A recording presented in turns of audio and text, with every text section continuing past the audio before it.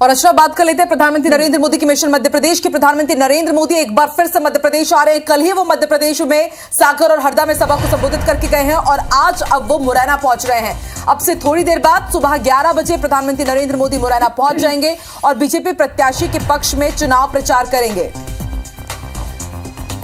तो आपको बता दें, बीजेपी के प्रत्याशी है शिव मंगल सिंह तोमर। उनके पक्ष में प्रचार करने के लिए प्रधानमंत्री नरेंद्र मोदी पहुंच रहे हैं। कांग्रेस से इस बार प्रत्याशी बनाया गया है सत्यपाल सिंह सिकरवार को। इसके साथ ही बसपा की तरफ से रमेश गर्ग जो कि कारोबारी है। त्रिकोणीय मुकाबला है, बेहद रोचक ये मुकाबला होने वाला है। और ना सिर्फ मुरैना बल्कि प्रधानमंत्री नरेंद्र मोदी का टारगेट रहेगा कि वो मुरैना के साथ ग्वालियर, गुना और भिंड ये तीनों ही सीटों को भी साथ पाए, इसलिए मुरैना को चुना गया है। आपको बता दें, चौथे चरण के तहत ग्वालियर चंबल संभाग की इन तमाम सीटों पर मतदान होना है और उससे पहले आज प्रधानमंत्री नरेंद्र मोदी मुरैना पहुंच रहे हैं। मुरैना के साथ ही ग्वालियर चंबल संभाग की संसदीय क्षेत्रों को साधने के लिए।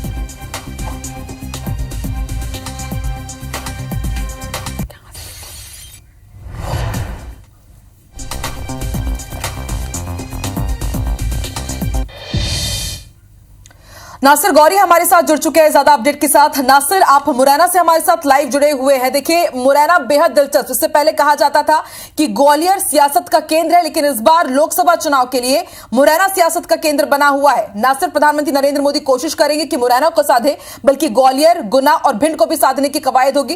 किस तरह आज आम सभा में हुंकार भरेंगे प्रधानमंत्री नरेंद्र मोदी? क्या यहाँ के सियासी समीकरण कह रहे हैं? किस तरह की तैयारी है नासिर?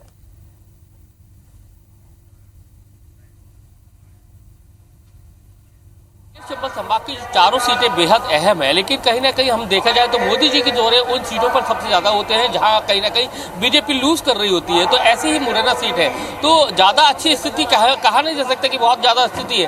तो उस स्थिति में पीएम नरेंद्र मोदी की यहाँ पर रैली हो रही है और उसमें ग्वालियर चंबल संभाग की 4 लोकसभा सीट के कैंडिडेट है वो मौजूद रहेंगे और लगभग एक पीएम नरेंद्र मोदी की यहाँ पर रैली हो रही है और उसमें ग्वालियर चंबल संभाग की 4 लोकसभा सीट के कैंडिडेट है वो मौजूद रहेंगे और लगभग 1 लाख से ज्यादा भीड़ जुटाने का जो लक्ष्य बीजेपी के लोगों का है और उसी के सिक्योरिटी के इंतजाम भी लगभग 1500 पुलिस जवान किए गए हैं। लेकिन जातिगत आंकड़ों को देखा जाए तो ग्वालियर चंबल संभाग में वही खास होते हैं। अगर जातियों का झुकाव जिस प्रत्याशी की तरफ पूरी तरह से हो जाता है वो कहीं ना कहीं किला फतह कर लेता है और यही स्थिति हमने ये देखने को मिली जब टिकटों की जो घोषणा हुई तो उसमें कहीं ना कहीं जातिगत आंकड़ों में कांग्रेस बहुत ज्यादा फंस गई थी, तो उसको बहुत ज्यादा विलंब हुआ था।